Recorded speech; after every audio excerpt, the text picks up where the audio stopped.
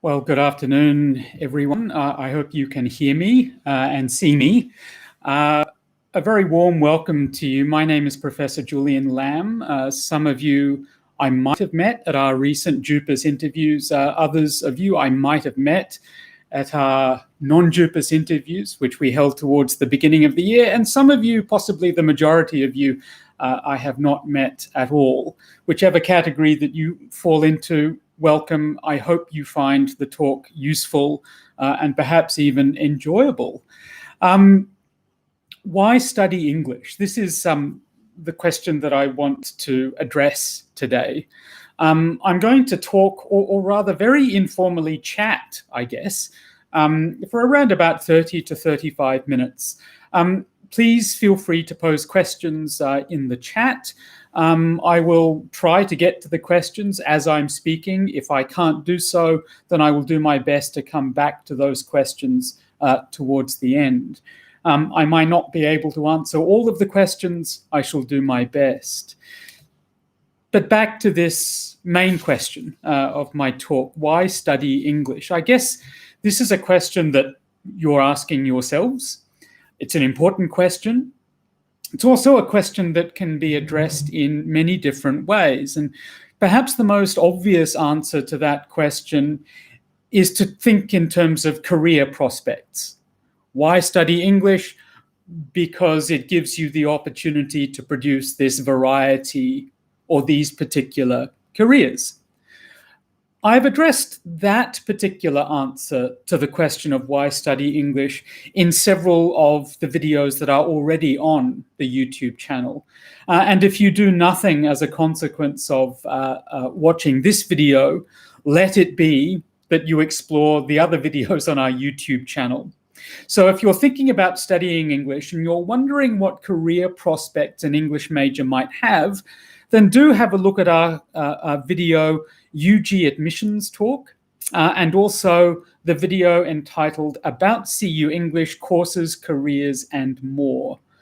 As well as talking about career prospects in these videos, I also talk about the different and various skills that English majors acquire and why these skills are in high demand by employees of a whole variety of different sectors. Now, when we think about career prospects, I think understandably, we think principally in terms of, after having been an English major, will you get a job? And having got the job, will you be able to easily maintain that job? You're probably also thinking in terms of how much will that job pay? And if you are thinking of those in those terms, I don't think you're materialistic. We're all thinking about our financial security. These issues also I address in those videos. When we think of career prospects, I think perhaps we are less likely, rather, to think in terms of whether a career will fulfill us. I guess particularly at your stage in life, you're especially interested in getting a job, maintaining a job, and possibly a well-paid job, and maybe only secondarily in terms of whether that job will be fulfilling. Now, of course, whether a job will be fulfilling is a very difficult question to answer, especially for me. For a start, it's only a question that you can answer. As individuals, everyone is different. I don't know who you are, and I don't know what you're going to find fulfilling. Another reason why it's very difficult to talk about fulfillment is that fulfillment is a very difficult thing to measure. A salary is a very easy thing to measure. But how would we even go about measuring fulfillment? If I said, oh, this job will leave you 75% fulfilled. I mean, what does that even mean? Is 75% good? Are other people experiencing 100% fulfillment? So fulfillment is a very difficult thing to talk about, partly because it's a very difficult thing to measure. However, the question of how one might judge or how one might anticipate whether one will be fulfilled by a career is an extremely important question, even though it's a very difficult one. And it's one that I would invite you to ask of yourselves and of your future. And though it's a difficult question, it's one that I would like to try to address today in my attempt to answer this question, why study English? And if nothing else, I want to try to bring some kind of clarity to your thinking about how a career might be fulfilling, if not also what career might be fulfilling to you, and whether an English major might help you into a fulfilling career. One of the ways in which one might anticipate whether a career might be fulfilling or not is to consider the skills that will be involved in that career or job. What skills will you utilize? What skills will you use in a particular job? And will you find the use and utilization of those skills fulfilling? Will you enjoy using the skills that you acquired as an English major in a future job? Would you value what those skills bring you? Would you value what those skills, as it were, produce? And I have in mind a conversation that I once had with an electrical engineer, and he was a very fine electrical engineer, very top of his field. And he said once, Julian, sometimes I feel, although I'm, for all intents and purposes, a successful engineer, electrical engineer, and I can do this very well at a very high aptitude, sometimes I feel that all I'm doing is producing ever small microchips so that people can have marginally smaller iPhones. Now, between you and me, I like the idea of small iPhones.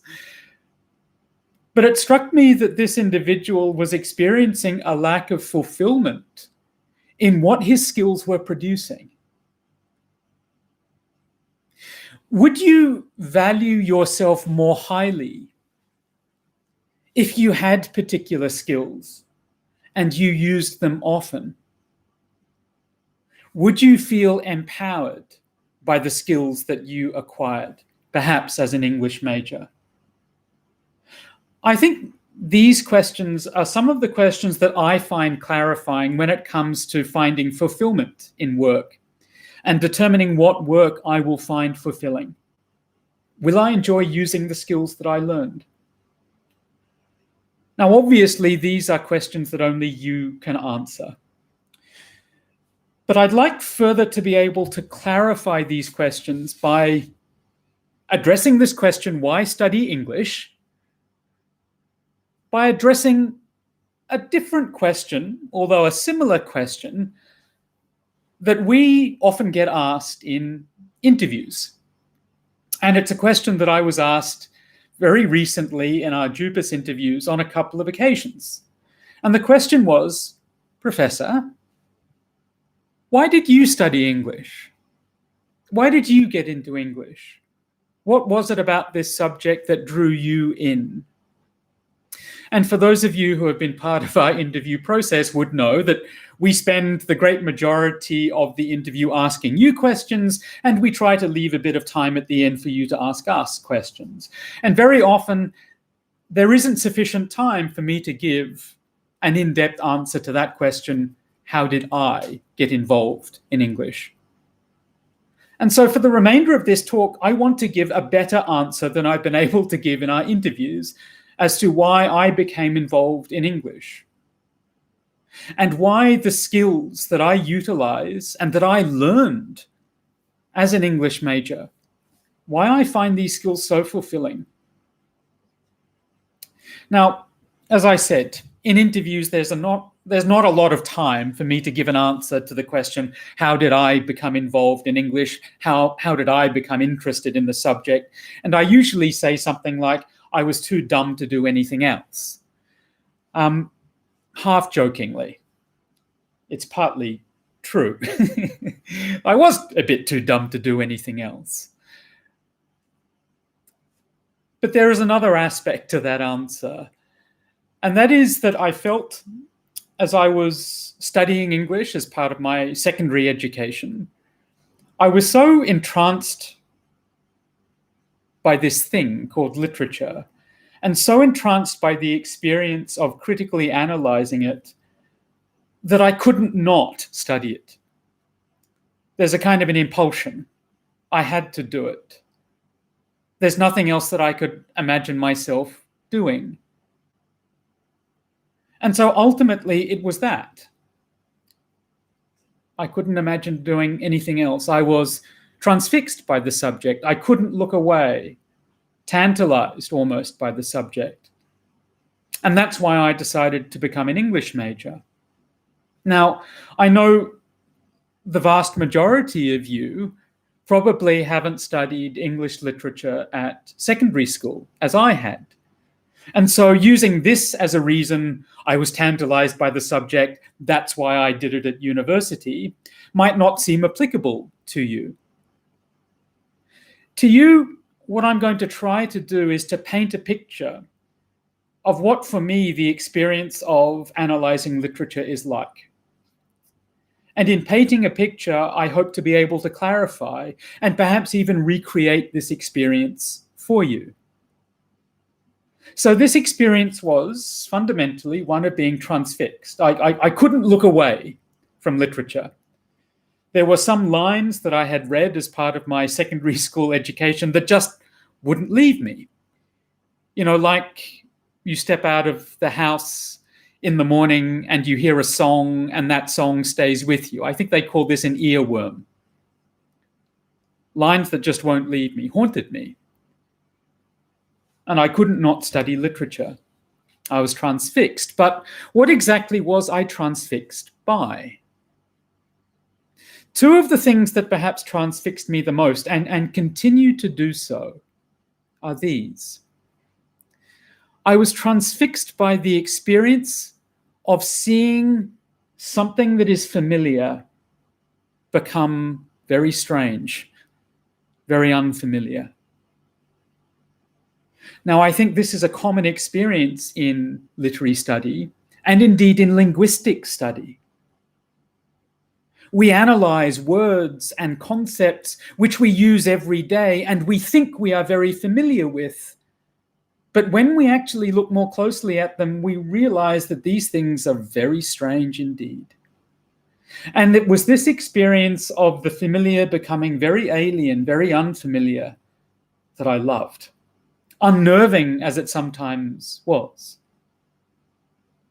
But the second experience that I really enjoyed, and it has similarities with that first experience, is the experience of seeing the simple become almost irretrievably complex and complicated.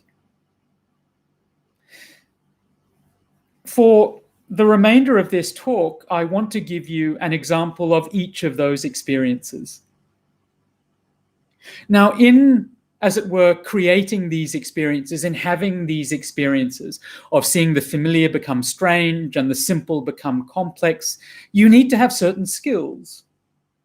And these are skills to do with critical thinking, critical analysis, skills to do with interpreting language, putting pressure on words, skills to do with not simply accepting the surface, but trying to penetrate the surface and seeing more deeply. And as I studied in secondary school and as I studied in university, my skills in these areas improved. They became more powerful. And so the experience of seeing the familiar become strange and the simple become complex, these experiences became yet more fulfilling as my skills became more powerful. It was as if the stronger my legs became, the faster I could run. And as a consequence, the more I enjoyed running fast. Sometimes when we hone these skills, what these skills give us becomes more fulfilling and more pleasurable. So I want to give you an example each of these two experiences. The first is the experience of the familiar becoming very unfamiliar and very strange. And in this regard, I want to consider a concept which you are all familiar with, a word certainly that you are all familiar with. But do you know what it means? The word or the concept is hero. Hero. What exactly is a hero? Now, this is a question that I raise in my course, Heroes and Monsters, from Gilgamesh to Game of Thrones.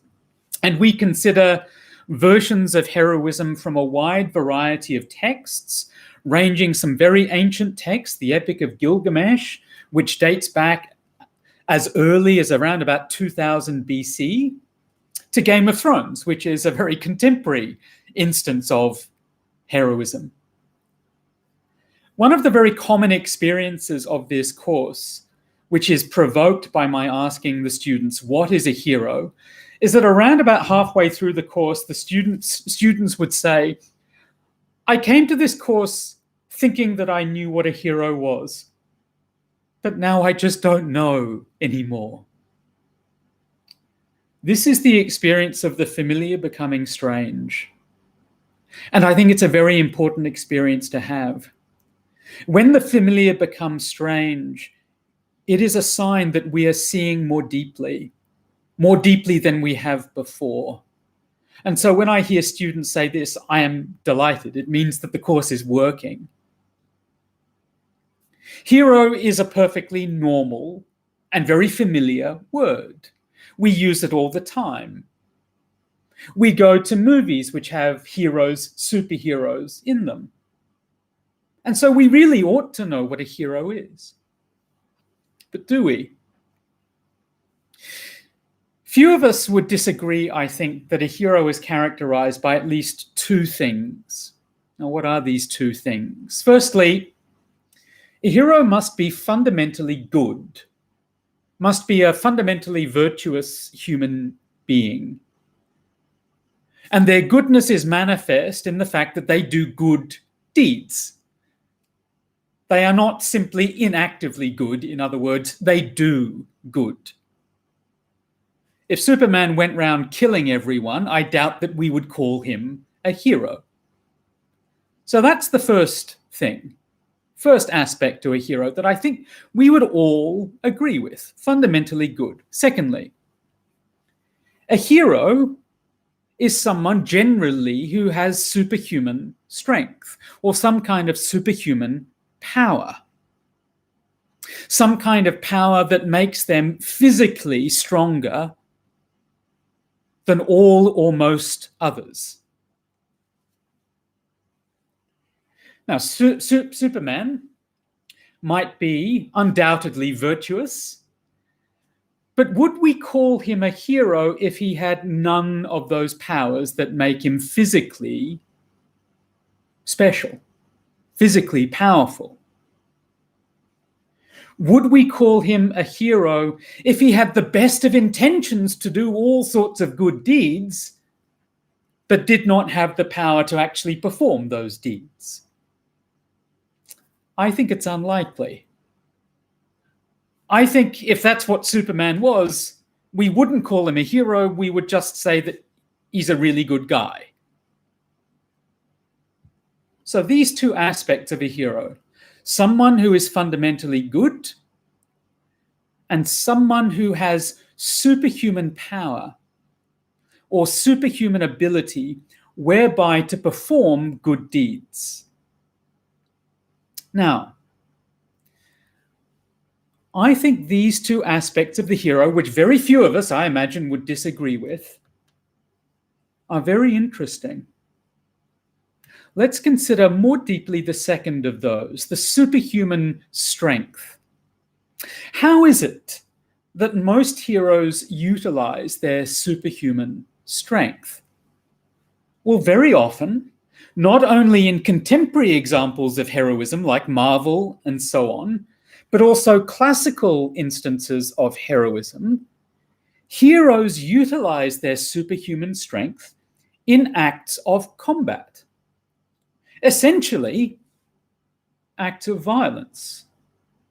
Now, of course, very often, and perhaps even most of the time, that violence is morally justified.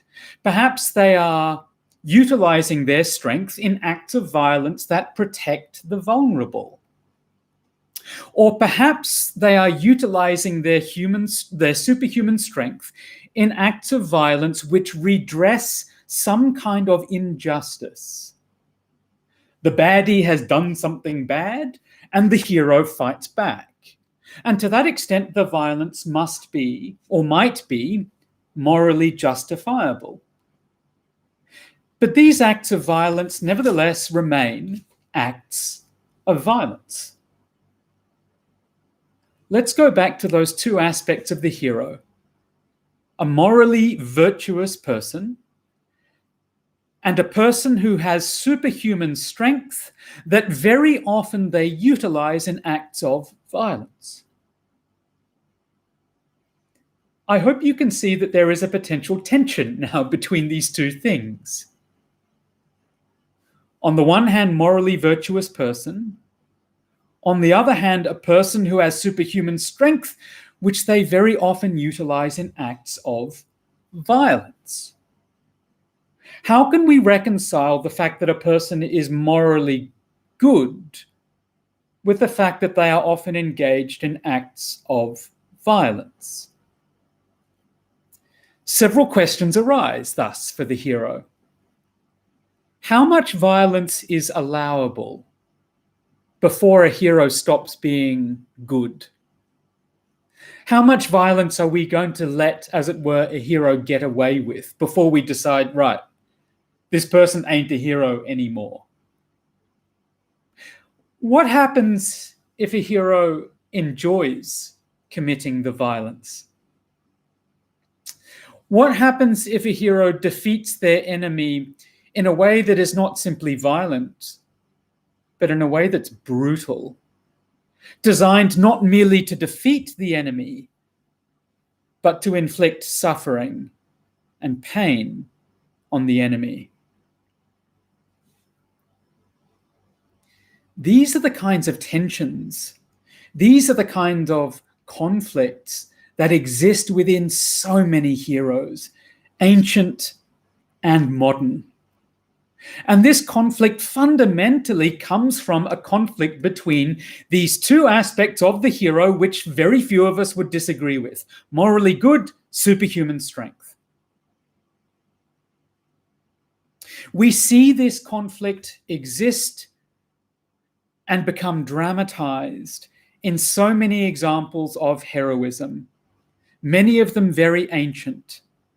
From one of the earliest texts, which I mentioned, Gilgamesh, through ancient Greek aspects of heroism, Achilles and Odysseus, to the great Roman hero Aeneas, up until contemporary instances of heroism in Game of Thrones. In each of these texts, the hero is brought to utilize their strength in ways that might be morally dubious. Either they kill out of rage, or they kill out of a kind of personal satisfaction. Or perhaps they are so strong, they are so physically powerful, that at times they come across not as heroic, but simply as bullies. In some sense, that tension between moral virtue and superhuman strength becomes very problematic the stronger a hero is. Because if a hero is so much stronger than everyone else,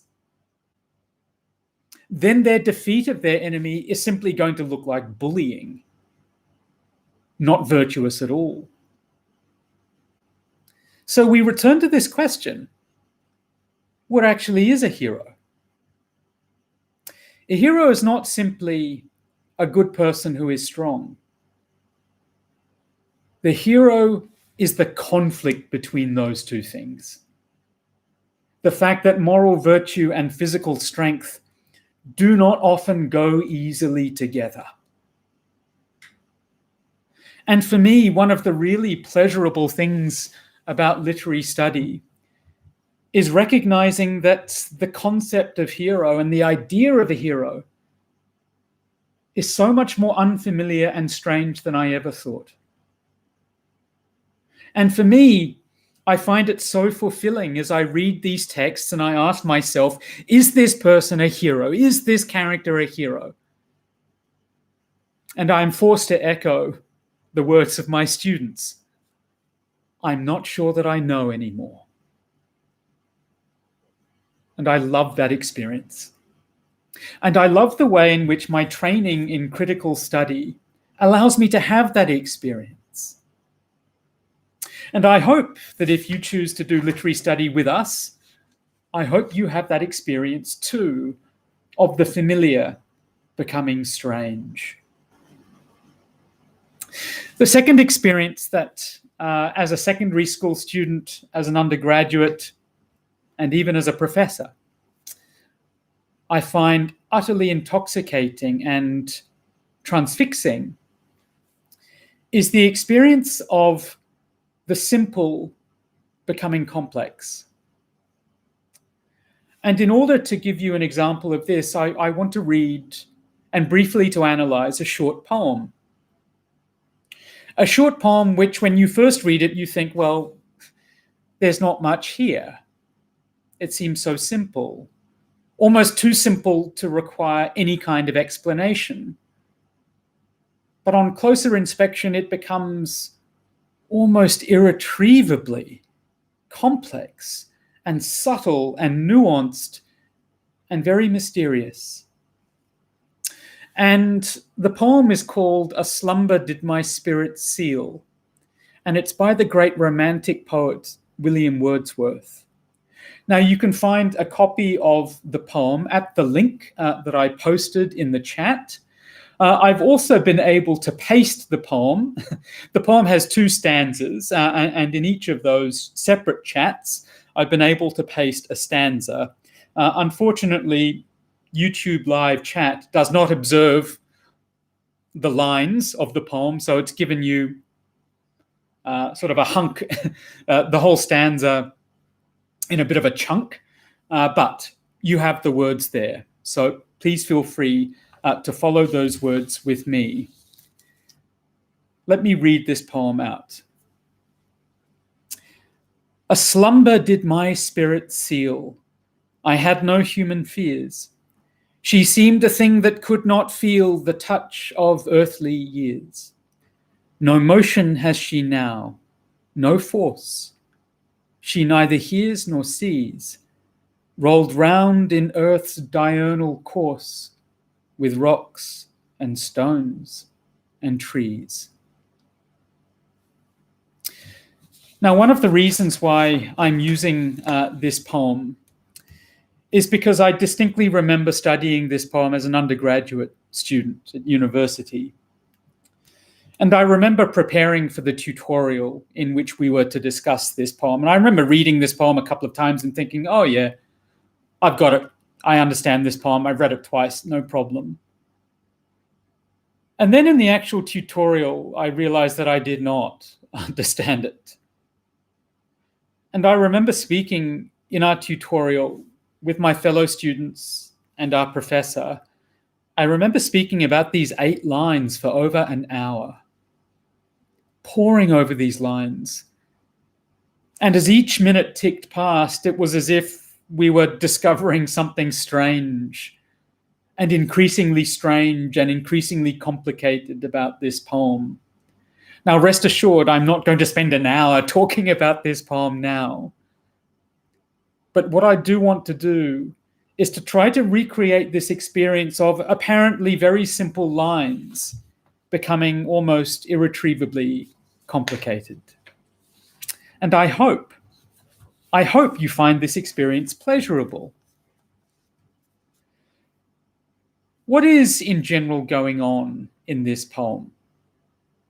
Well, this speaker, this poet, the individual who is addressing us, was or had been metaphorically sleeping.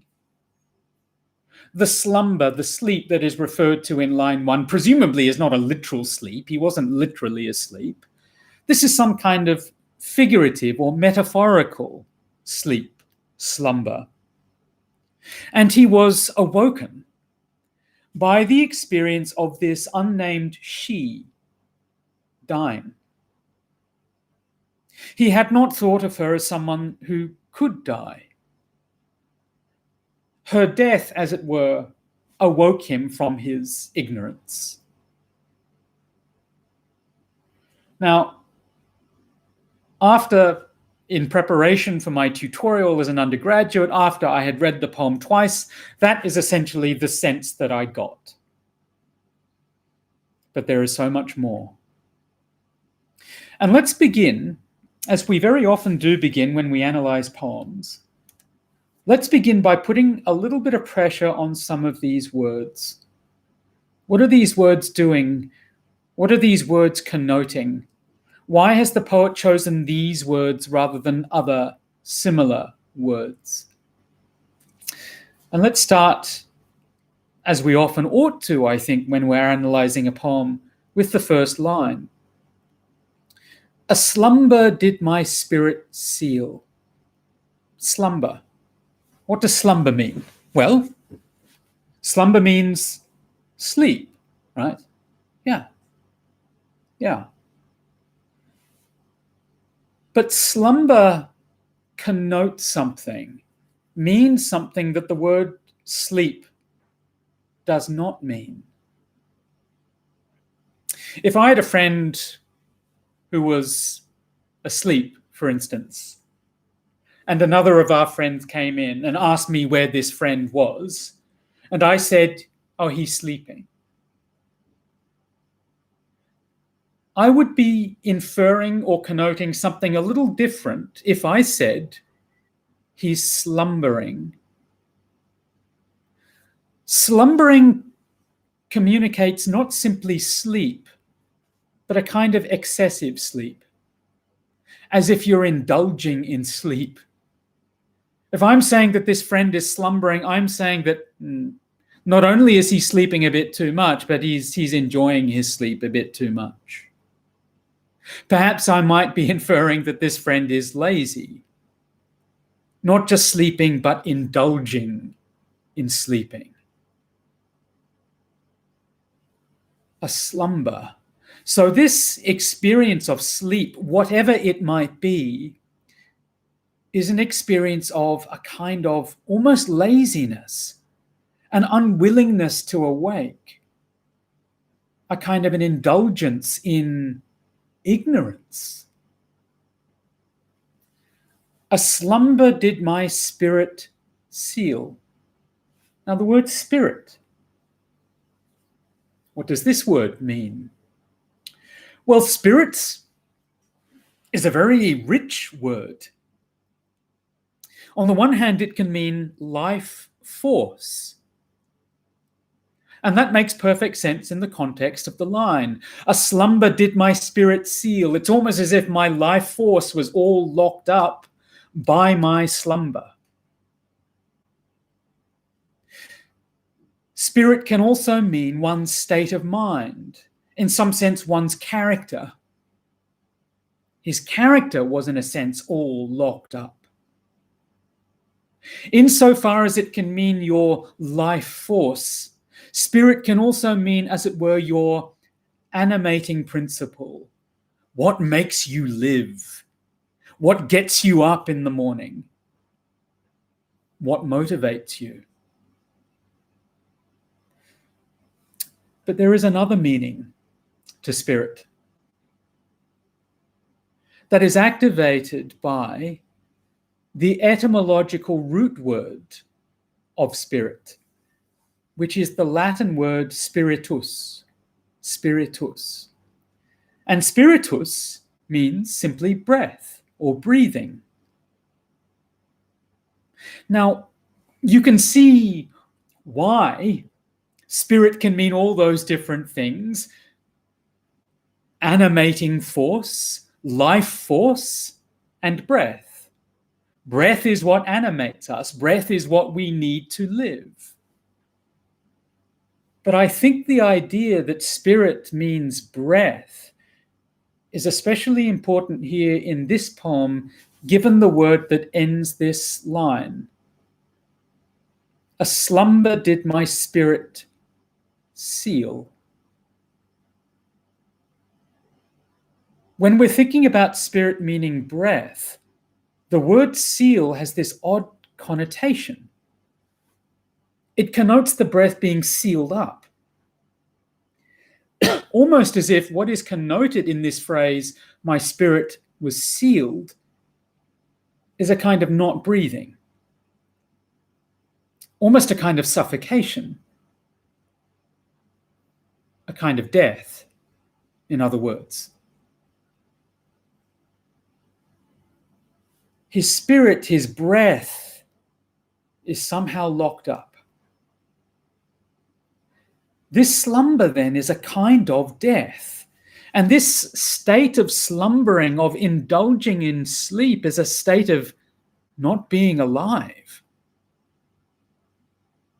But what characterizes this death? Consider line 2.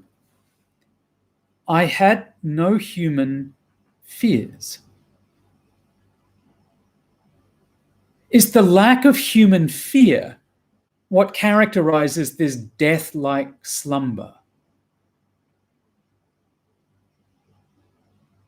Is the poem here implying that in order to awake from this slumber and to truly live, we need to have fears? Fears are what make us alive as humans. And an absence of fear is what makes us slumber, is what seals up our spirit. But fear of what? Consider line 3. She seemed a thing that could not feel the touch of earthly years. To him, from the point of view of this slumber, this death-like slumber, she seemed a thing that could not be touched by death. And so perhaps one might infer he did not fear death. Is the poem therefore saying that in order truly to live, we must fear death? There are 2 words in lines 3 that I find troubling. She seemed a thing. Isn't that a strange way of referring to someone? She seemed a thing that could not feel the touch of earthly years. You almost want to say to the speaker at this stage, she's not a thing. She's a person. She's a human being. She's alive. But maybe that's one of the symptoms of this death-like slumber, is that he cannot see her as a human being, cannot see her as vulnerable to death, and thus can only see her as a thing. The other word that I find haunting and unnerving about this line is the word feel. She seemed a thing that could not feel. One aspect, one symptom of this slumber is that he does not see her as someone who can feel, as a thing, as an object.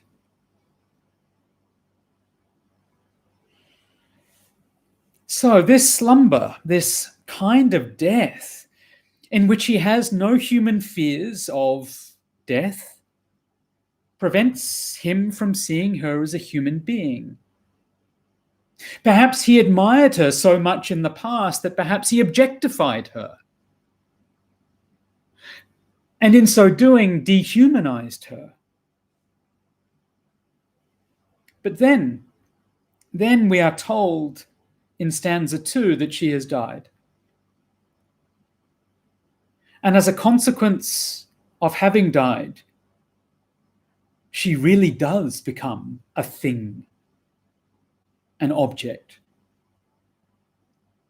Consider these, I find them really haunting lines. No motion has she now, no force. She neither hears nor sees, rolled round in earth's diurnal course, with rocks and stones and trees. She has died and presumably has been buried. And consider the way in which the poet describes her in terms of rocks and stones and trees. She's become an object, a thing like them. Her body is still, lifeless. It is blind and deaf. It's a thing. There is a further striking word, and it's the word that ends the second last line. Rolled round in earth's diurnal course. So diurnal means daily. And on the surface of it, this line means something like she is buried and she simply rolls round in the daily journey of the earth. And in that sense, the daily course of the earth. But I think there is a pun on the word course here. The word C-O-R-S-E is a slightly archaic word for corpse. Corpse. Rolled round in earth's diurnal corpse. In being dead, she has become a thing, and as a consequence has been buried, as it were, in this corpse, this dead body of the earth.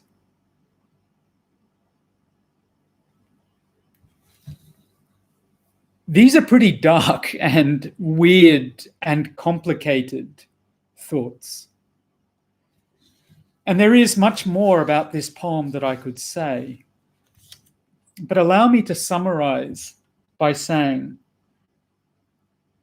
his slumber in stanza 1, amongst other things, makes him think that she is a thing, not human, untouchable by death. In stanza 2, she really does become a thing. Her death, her actually becoming a thing, is what makes the speaker wake up from his slumber. It's the experience of her death that prompts the speaker out of his death-like sleep, out of his death-like slumber, and makes him properly fear death. And perhaps improperly fear death, only then can he live.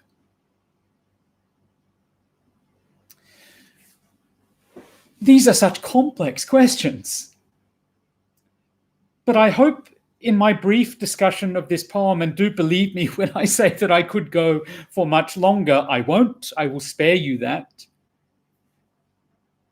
But I hope you've been able, at least partly, to intimate this experience of something that looks very simple, becoming so complicated and nuanced and subtle and so mysterious and so weird. And for me, this is what I loved and still love about analyzing literature.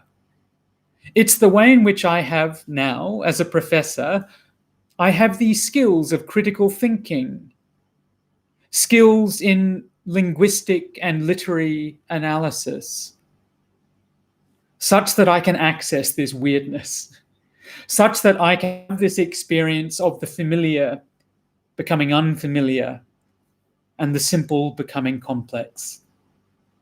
And I find that almost infinitely fulfilling. And my suggestion to you is that what we will teach you as an English major are skills which will give you these experiences too, in whatever careers you go into. And I hope, and I'm confident, that in the exercise of these skills, you will be fulfilled as well. I have gone on for longer than I anticipated. Thank you for sticking around until the end. Thanks so much, everyone. If you have any questions about our department, about my talk, about the admissions process, do not hesitate to get in touch with us. All the best and have a great day.